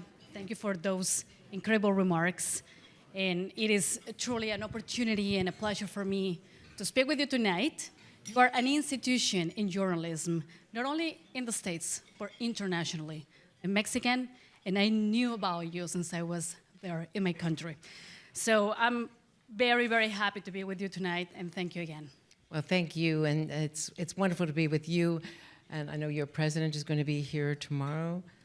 He's going to be here. FIFA, and so Mexico is so important to all of our coverage and to a better understanding of what is happening in Latin America, in the Caribbean, and all the flashpoints right now. So. I actually saw a picture of you in this magazine interviewing Fidel Castro. Indeed. That's going to be, I'm sure we will need much more time to talk about all those experiences. But let me start this conversation with this question. Journalism has evolved dramatically in the last decade. When you look at the current state of media in the US and internationally, what worries you the most? I worry most about the rise of totalitarian regimes regimes that have been cracking down on press freedoms through censorship, through intimidation, through jailing, through targeting, through murder. And the stress on all of our systems, because a free society cannot exist without the freedom of the press. I mean, there's a reason why it is the First Amendment, and it is under tremendous stress and pressure in our country now as well. I join with all of my colleagues and all of our major institutions, every network represented here, all of our newspapers, in challenging and opposing, and there is a legal fight to pursue against the press restrictions at the Pentagon, which have, for time immemorial, since there have been wars, there have been American war correspondents embedded with our troops covering every fight. And this is war correspondents at home as well, representing the voices of our fighting forces, the men and the women. And we have seen dramatic changes in what is now not a real press corps. And now we're not having briefings at the Pentagon. We have not had briefings at the State Department. And I also want to say something about the diplomats, many of whom, 1,300 more, were just riffed this week. And the fact that the association representing our foreign service officers or diplomats had a survey, and 98% of them now in just this past 9, 10, 11 months feel that they have less of a future going forward. And we are only as good as our sources and our ability to cover the news, especially those of us who cover foreign policy. I defer to the people who work overseas, Jim Longman, Jim Sciutto, the people here whom you've honored tonight, who are really on the front lines so often, joining,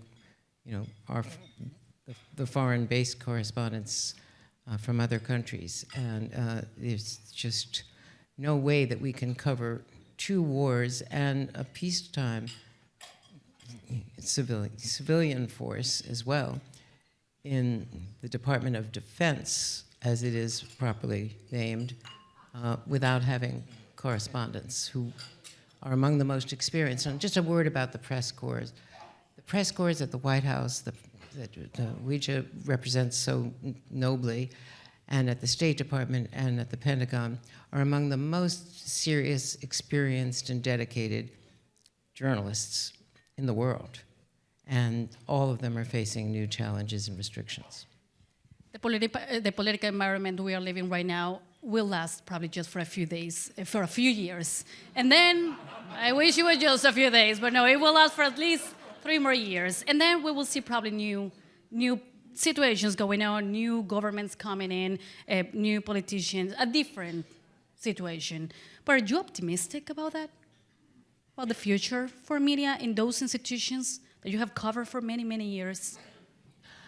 I have such great faith, especially seeing the scholarship award winners. Those students, I'm in awe all the time, and I am so grateful to the people whom I've worked with. I've had desk assistants. When I started, I was called a copy boy, but now they're more appropriately called desk assistants, and researchers and associate producers and producers, and many of them have risen through the ranks, and I am so proud of the women, because when I first started, there were no women in the newsroom. And when I first came to Washington and wanted to cover an event, or was assigned to cover an event, a luncheon of a newsmaker at the press club, I had to sit up there in the balcony. So we've come a long way. We have farther to go, but right now I work for women. I have my longtime executive producer and now Deputy Bureau Chief Michelle Perry is here, and Casey Dolan, who was my boss for years and years with my program in New York, from New York, And Catherine Chomiak, who became my executive producer, was my State Department producer, and Owen Hayes, who was a researcher, now an associate producer, and now a full producer, traveling, everywhere for NBC. So that is the pride that I have, and I know that my experiences with those extraordinary people are being mirrored in all of these other news organizations as well. So that's our future. Andrea, we are in a room tonight with journalists, diplomats, business leaders, foundations, and students. What is your honest message to the people in power and private sector about what real support for journalism should look like? I think the message is that we have to be, as we just said, always curious, relentless, resilient, dedicated.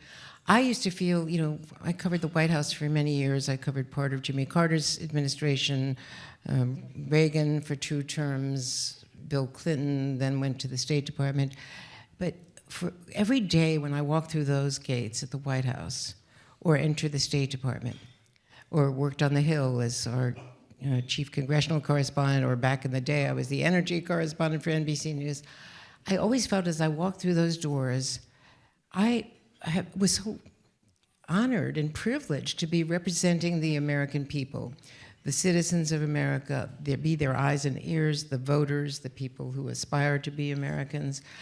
One of the most meaningful experiences I had was to go in 2009 on July 4th and go to Camp Victory in Iraq and see the swearing in of our troops, of new American citizens. And I just can't tell you how emotional it makes me to see those citizenship ceremonies and the pride and the dedication that these new Americans feel and the inspiration that they feel about America.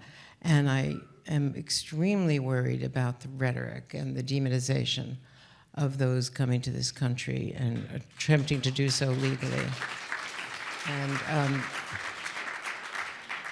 And I'm really eager to come to terms with the polarization that we feel here in America, and that we can only resolve, I think, through democratic processes, and that we have to rely on our institutions, on journalism, on the court systems, on the legislative branch, which has been less than strong in standing up for principles in either party, and needs to show more of the dedication that they should be earning from the voters and the people in this country, who I think are much more patriotic than some of the people who are serving in Washington, unfortunately. And then I know that you mentioned demonization for all those who are coming in the country. It is inevitable for me to think about myself. By the way, I'm a correspondent, a foreign correspondent in DC. I report for the Hispanic community for all the local stations of Entrovision under the brand of Univision. And I'm an immigrant at the same time. I'm a journalist, I'm an immigrant. I've been living in this country for 6 years now. When I moved here, I didn't speak a single word of English 6 years ago. That is extraordinary. I was forced to do that, but now that we are navigating very challenging moments, this is a personal question. I want you to give me an advice of how to cover this in the middle of all this polarization and sometimes personal attacks.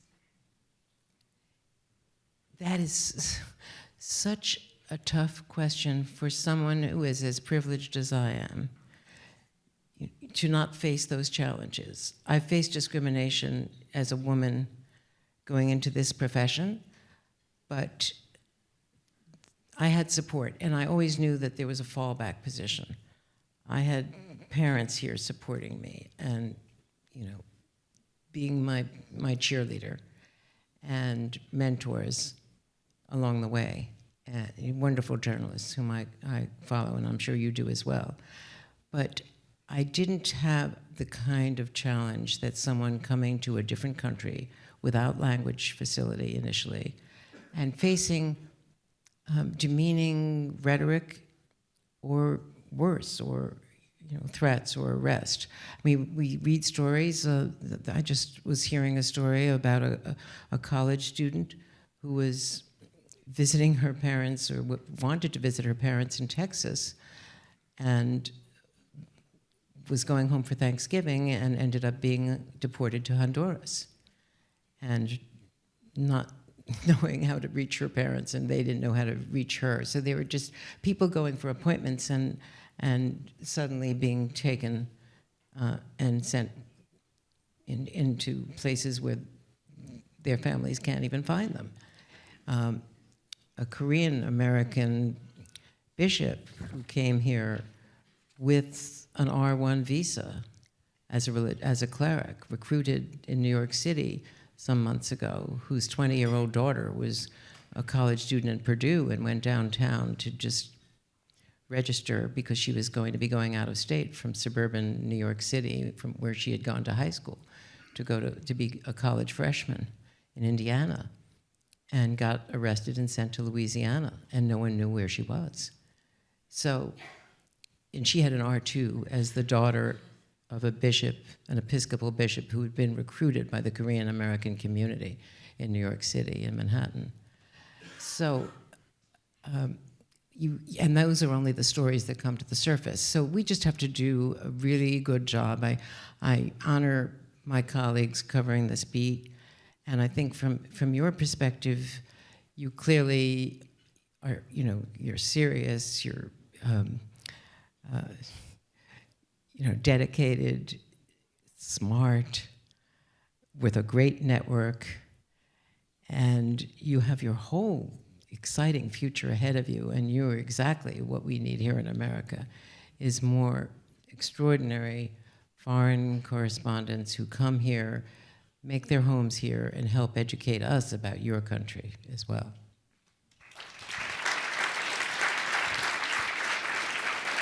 Andrea, you were also talking about all those obstacles that we are facing when we try to cover any of those institutions, Pentagon, the White House, etc. In an environment where media access is sometimes restricted, how should journalists navigate these bans and barriers? This is very tough, and I know that our White House correspondents are under tremendous pressure. They no longer have the ability to determine who is in the press pool to go into the Oval Office. We at the State Department have the challenge of covering a Secretary of State who's also the National Security Advisor. So he's often at the White House or traveling with the President, so we don't have as much access to traveling with the Secretary as we used to have. We don't have briefings, we don't have a press spokesman or woman. So that becomes very challenging for us as well.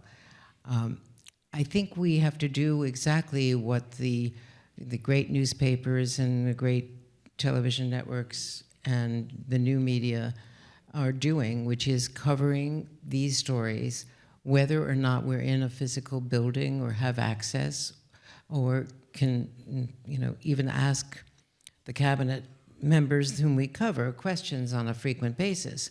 We have to just dig and find better sources and do a better job of doing exactly what the Washington Post, New York Times, Wall Street Journal, the Financial Times. I'm very old-fashioned, and I like, my colleagues all laugh at me, but I like to read the print newspapers every day. I'm the last surviving person reading hard. So I subscribe to all those newspapers every day and try to read as much as I can. I mean, I think my advice to students whom ask me is to read, to learn, to always know more about a subject, if you can, than the person you're interviewing, and to listen. The best interviewers, when I think of Tim Russert, one of my mentors, and Tom Brokaw, they always listened to what the person was saying and then would not ask a prepared question, would not be wedded to some, pre-planned format, but, zero in on something that is said that might be surprising or different or new or controversial, or just giving people a window, a new opening, a better way of understanding the person you're interviewing. So being a good listener is as much, and just reading everything and being a good writer. I think that if you think coherently and cogently about a subject and really understand it, you have a much easier time being a good writer. If you really don't know what you're talking about, you're not going to be writing a very good story. Andrea, when do you have time to read all those newspapers? If I see you on TV every single day. Late at night sometimes, or early in the morning. Yeah, it's not always the best health choice. And I'm sure many of the journalists who are here, they also like the old-fashioned way, smell of the newspaper. And if it's possible with a coffee, it would be much better. Exactly. I mean, I wasn't a paper boy, and you know, but as a child, as a young girl, my older sister and I, we would wait for that newspaper. We had an evening newspaper, delivered every day, the local paper, and we'd wait, and then we'd fight over it to see who could get which section, and we'd get on the carpet just in the front hall of our house and just devour the local paper. And the proudest moment was when I was 12 years old. I was chosen to be my hometown paper's school reporter. So I would write a column every Friday about what my school was doing and go around to all the classrooms and take notes and then write the column. I was always late and not right on deadline. My mother would drive me down to Main Street. I'd be writing in the car and then go into the newsroom. And there was one woman in the entire newsroom. And I'll never forget her. She was the education editor at the New Rochelle, New York Standard Star, a Macy Westchester newspaper. And then when my column was in the paper and I saw my name in print, it was the proudest moment of, a sixth grader. So I think I had it, in my blood very early on. And at the same time, Andrea, it's undeniable that AI now is everywhere, right? ChatGPT is the best friend of many of my colleagues. And sometimes I also use it. But what do you think about AI? Is it an opportunity? Is it an obstacle? What do you think about the future in journalism? I think it's both. It's an opportunity, and it also can be very dangerous. It can be used by governments, by all sorts of powerful interests to distort reality, to misinform people, to control elections. But it can be used to help educate large numbers of people. It can be used by, the health system to help transmit information and help reach diagnoses. And so I think it has to be better understood by all of us. But it is the biggest, probably the biggest economic and technological transformation, of decades. Obviously, I've seen, I started when we were working in film and processing the film every day and hanging it up on strips and then using a razor blade to cut it and make the edits, and then videotape. And I started in radio with a big, not transistorized, but a big 75-pound reel-to-reel radio tape recorder on my shoulder in Philadelphia. So, I've seen all of this incredible transformation, and I think AI is, probably certainly looking at the markets and looking at investments and what the challenges are going to be, because we have to think about power sources and data farms and how this is going to affect rural communities and how it is going to, how we're going to power all of this transformation. So it is the next big wave, and probably one of the biggest ones economically that we will see certainly in my professional lifetime. But how it is going to be used is the real challenge, and I don't think that anyone has quite figured that model out, either in the regulatory sense or the technological sense. Andrea, the reason why the entire world knows about you is because the personal branding that you have built through all these years, your career, your effort, your hard work, your critical thinking, your timely reporting. But now, with social media, the pressure on many of my colleagues, including me, in the daily basis is a lot. And now we don't only need to report on TV or newspaper, we also have to record a video for social media. What do you think about this transition to the digital era? You know, I remember thinking that talk radio and then cable television were, you know, the most important transformative changes in terms of our politics and political coverage, certainly when I was going up to Capitol Hill. And now it's obviously social media, and it's been incredibly helpful and positive in some ways and very destructive in other ways. And we've seen, you know, all of the evidence of how it can be used by foreign powers as well as domestic political forces to misinform, to polarize, to inspire angry reactions.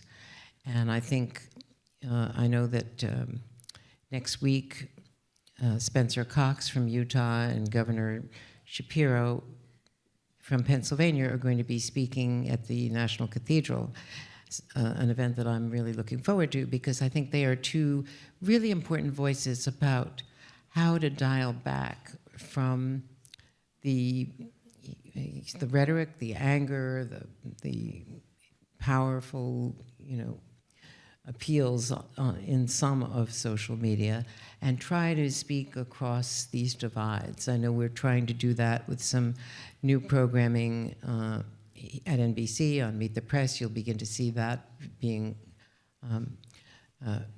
unwinding in coming weeks as well, that we just have to find ways to talk to each other, because people now are in their niches and are not hearing other voices. And it's more important than ever for us as journalists to try to bridge those divides and not get trapped into corners, and try to dial down the rhetoric. I think some of the language that has been used recently, derogatory, demeaning language against people of color and entire groups. I think of, frankly, I was out in the streets last week on Wednesday because I happened to be half a block from the shooting. So I went to the shooting, and my incredible producer, Owen, was already there. And just trying to, I mean, when I first went, there was, you know, people were shouting that there was another suspect, which was, of course, not true. But so I found myself being a police reporter. I ran into the mayor a couple of nights ago, and she said, I was wondering what you were doing out there, Andrea, because I was just going into, you know, police reporter mode. But the demonization of the entire Afghan community because of what allegedly was done by one terrible person for whatever reason, and we don't know the motive. I've been covering for several years the real passion of our Afghan veterans who have organized on behalf of their former translators, their Afghan colleagues, many of whom were left behind and, you know, facing retaliation from the Taliban for the work that they did with the State Department, with our intelligence agencies, with our military. But whether it's 88,000 or more who got out, finally, some were left behind and managed to get to the Pakistan border and finally come to the States, and they'd been promised jobs, they'd been promised help for their children, to bring their parents over who were facing potential retaliation, and instead they faced visa bans, and some are stuck in Doha and other transit points. And to take action against whole groups of people, including, you know, permanent resident green card holders and others, and to start reviewing thousands and thousands of people, if not millions of people, with, you know, really a broad generalization against whole groups of people and whole countries is really frightening to me. And I think that it's a challenge to those of us who are journalists to try to not get caught up in that and to try to get to the bottom of what the real truth is. And Andrea, if we met the young Andrea on one of her very first assignments, what would surprise her the most about the woman sitting here tonight? I think what would surprise her most, since I had to fight so hard for that first job, is that I'm even here. That I'm here talking to you, being honored by this incredible organization, and that I'm being interviewed by a brilliant, beautiful, young Mexican reporter, journalist, who is now here distinguishing herself so brilliantly in our country. I mean, just looking around this room and seeing how many women journalists are here is, you know, the greatest tribute to the fact that there is progress and hope. Andrea, we have 2 more questions, but in your career, I'm sure you have had to sacrifice a lot because it's very demanding, especially TV. What's something that you have sacrificed that you probably regret having done so? There's a lot. It's not a sacrifice, it's a privilege to do what we do, but you have to realize that especially right now, I don't know how my younger colleagues are managing, because when you have social media, the fact is you can face a morning where there have been more than 100 posts overnight from, you know, the President of the United States, and trying to figure out, you know, what is important, what isn't, and what to cover. I mean, there's almost no downtime right now, because it's not just different time zones, it's that people are online all day and all night. And you never feel that you're really on top of it. And I think our White House correspondents are working just, and our, you know, the people covering foreign policy, national security, and the Pentagon in particular, not physically in the building anymore, but from wherever their perch is, and our people on the front lines, you know, in the Middle East, in Ukraine. And I think of the people in Sudan and trips I've taken to Darfur and to Chad, and seeing the refugees and the people who have been brutalized by these civil wars. I mean, I just think that it's harder than ever. And so I guess what I'd say is I've not taken enough time off. I've not taken enough vacations. And I think of something Barbara Bush said at Wellesley College, which is that you'll, and I'm only paraphrasing her, but years ago when she was First Lady, she said at a commencement, you'll never regret that meeting you didn't attend, you know, or that deal you didn't, you know, complete, but you will regret that spouse, that child, you know, that friend that you weren't there for. And I know I'm really butchering Barbara Bush's rhetoric, but that's the sense of it. So I think, you know, I didn't enjoy, you know, I was on the road all the time, and I didn't get married until I was 50. And so the wonderful years I've had with my husband, you know, if we had met years earlier, maybe, you know, we would have had a family. I don't know. So there's a lot. But I'm very lucky because our newsroom is filled with children, because we, I don't want to embarrass anyone here, but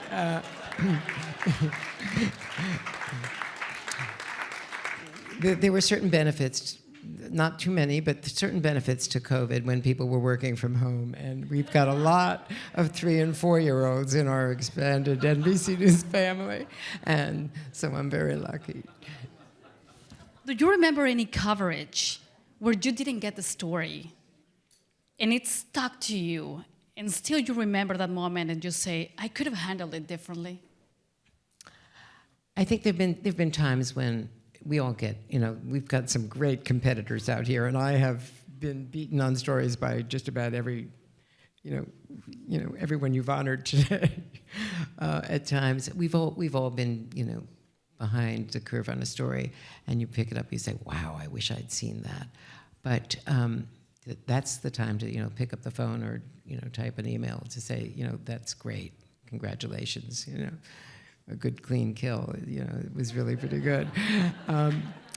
So, sure, there have been, but it's not for lack of trying, and it's not for lack of, working hard. And so sometimes you just wish you were, in the right place at the right time when something is happening. But no, I think the things that I've enjoyed most really are traveling and talking to Americans on political campaigns, getting out from, the sort of set pieces. I loved the '92 campaign because we were on the Clinton bus tour, and it wasn't because of Clinton, it was because we were on a bus tour and they were stopping the bus at crossroads, and we were able to talk to people. You haven't missed any campaign, presidential campaign, since when? Pardon me? You haven't missed any presidential campaign coverage? No. Well, my first campaign was '72 when I was in Philadelphia, and I was fortunate enough to be sent to the national conventions. And in '76, and so all of them since. So, but getting out on the road in those campaigns was really, terrific. And then getting overseas, I spent a lot of time in Haiti and in Cuba, as you referenced, and Afghanistan, Iraq, and in countries, in Europe, and I guess also North Korea, which was incredibly challenging for obvious reasons. When I first went to Afghanistan, just very briefly, it was 1998, so it was the first Taliban rule, and we did a story on the women, the Afghan women who really were housebound and were under threat of stoning. And so that was a very important formative experience for me. So there's certain places that have just stuck with me. And I haven't been able to go back as often as I'd like, but you never forget how important it is to get out and actually witness something yourself. Are you ready for the 2028 presidential campaign? Well, I'm just hoping that we all get out in this campaign and really try to get to the people who are still, who are affected by all of the major forces in our country, and that we get to talk to people and get beyond the headlines. Andrea, thank you so much. I know we could talk for hours and hours. I'm so curious. Well, thank you. Thank you so much. Thank you, Andrea. And again, in behalf of everybody here, we congratulate you once again of receiving the 2025 Foreign Press Award. Thank you all so very much. Thank you, everybody. Get home safe.